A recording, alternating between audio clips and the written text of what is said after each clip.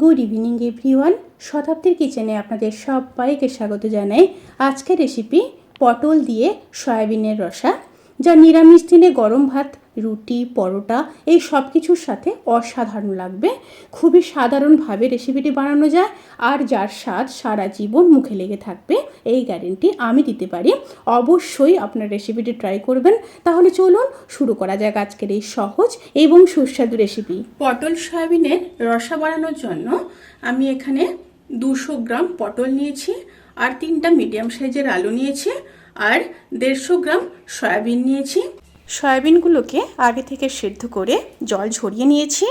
এবার সয়াবিনগুলোকে ম্যারিনেট করে নেব। তার জন্য একটা বোল নিয়ে নেব। বোলের মধ্যে সয়াবিনগুলোকে নিয়ে নেব, সাথে দিয়ে দেব খুব সামান্য লবণ, হাফ চামচ হলুদ, হাফ চামচ দিয়ে দেব গরম মশলার গুঁড়ো, আর দিয়ে দেব 100 গ্রাম টক দই। দিয়ে খুব ভালোভাবে ম্যারিনেট করে নেব। ম্যারিনেট করে 10 থেকে 15 মিনিট ম্যারিনেশনে রেখে দিতে হবে।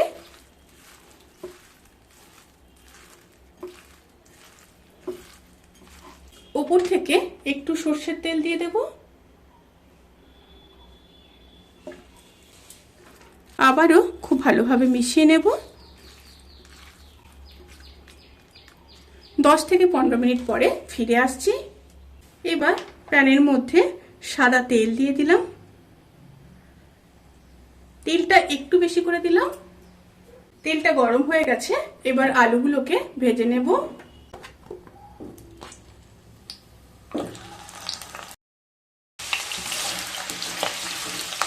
আলুগুলোকে ভেজে নিয়ে তারপর ফিরে আসছি। আলুগুলো ভাজা হয়ে গেছে, এবার তুলে নেব।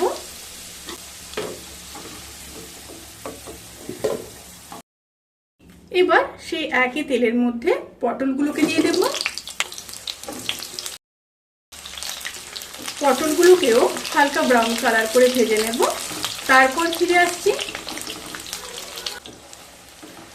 পটলগুলো ভাজা হয়ে গেছে, এবার পটলগুলোকেও তুলে নেব।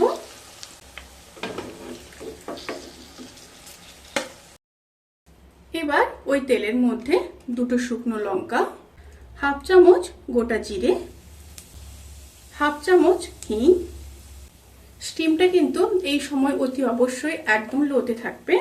এবার দিয়ে দেব লঙ্কার গুঁড়ো হাফ চামচ, হলুদ গুঁড়ো দিয়ে দেব হাফ চামচ, কাশ্মীরি লঙ্কার গুঁড়ো দিয়ে দেব 1 চামচ, রোস্টেড জিরে আর ধনের গুঁড়ো দিয়ে দেব 1 চামচ। এক্ষেত্রে আপনারা নর্মাল জিরে আর ধনের গুঁড়ো হাফ চামচ করে দিতে পারেন। আর দিয়ে দেব 1 চামচ আদা বাটা, সাথে দিয়ে দেব পরিমাণ মতো লবণ। দিয়ে মশলাগুলোকে লো স্টিমে কষিয়ে নেব।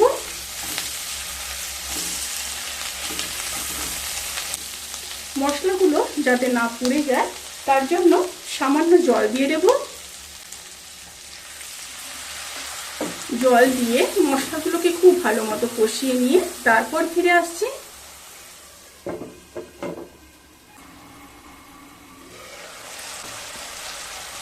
মশলাগুলো খুব ভালোভাবে কষানো হয়ে গেছে। এরপর ম্যারিনেট করে রাখা সয়াবিনগুলোকে দিয়ে দেব। সয়াবিনগুলো দিয়ে মশলার সাথে আবারও খুব ভালোভাবে মিশিয়ে নেব। মিশিয়ে নিয়ে 1 থেকে 1.5 মিনিট কষিয়ে নেব। খুব ভালোভাবে কষিয়ে নিয়ে তারপর ফিরে আসছি। খুব ভালো মতো কষানো হয়ে গেলে এবার ভেজে রাখা আলু আর পটলগুলোকে দিয়ে দেব।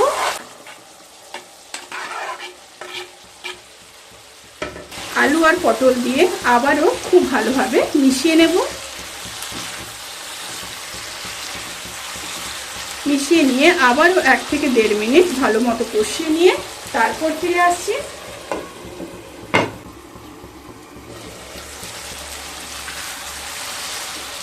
সমস্ত উপকরণগুলো খুব ভালোভাবে কষানো হয়ে গেছে। এরপর জল দিয়ে দেব। জলের পরিমাণটা এখানে আপনারা কমিয়ে কিংবা বাড়িয়ে নিতে পারেন। এই রেসিপিটি একটু ঝোলঝোল হবে, তাই জলটা আমি একটু বেশি দিলাম, প্রায় 150 ml মতো জল দিলাম। আবারও খুব ভালোভাবে মিশিয়ে নেব। এবার ফুটে আসা পর্যন্ত অপেক্ষা করব। তরকারিটা ফুটে এসছে। এবার দুটো চেরা কাঁচা লঙ্কা দিয়ে দেব। লঙ্কার পরিমাণটা আপনারা এখানে কমাতে কিংবা বাড়াতে পারেন। এবার ঢাকা দিয়ে লো স্টিমে আলুগুলো সেদ্ধ হওয়া পর্যন্ত অপেক্ষা করব। রান্নাটি প্রায় হয়ে এসছে। আলুগুলো খুব সুন্দরভাবে সেদ্ধ হয়ে গেছে। এবার উপর থেকে 1 চামচ চিনি দিয়ে দেব। অবশ্যই দিতে হবে টেস্ট ব্যালেন্স করার জন্য। আর দিয়ে দেব বেশ কিছুটা ফ্রেশ ধনেপাতা। 1/2 চামচ গরম মশলার গুঁড়ো দিয়ে দেব। আর দিয়ে দেব 1/2 চামচ ঘি। খুব ভালোভাবে মিশিয়ে নেব। মিশিয়ে নিয়ে গ্যাসের ফ্লেমটাকে অফ করে দেব। অফ করে 10 থেকে 15 মিনিট স্ট্যান্ডিং টাইমে রেখে তারপর সার্ভ করব। রেসিপিটি কেমন লাগলো প্লিজ কমেন্ট করে জানাতে কিন্তু ভুলবেন না। যদি ভালো লেগে থাকে তাহলে সাবস্ক্রাইব করে পাশে থাকা বেল আইকন প্রেস করে নোটিফিকেশান অল করে রাখবেন। তাতে করে আমি যত রেসিপি দেব সমস্ত লিঙ্ক আপনাদের কাছে পৌঁছে যাবে। আপনারা সবাই ভালো থাকবেন, সুস্থ থাকবেন, সাবধানে থাকবেন। আজকের মতো এই পর্যন্ত। পরের ভিডিওর জন্য অপেক্ষা করুন। টাটা।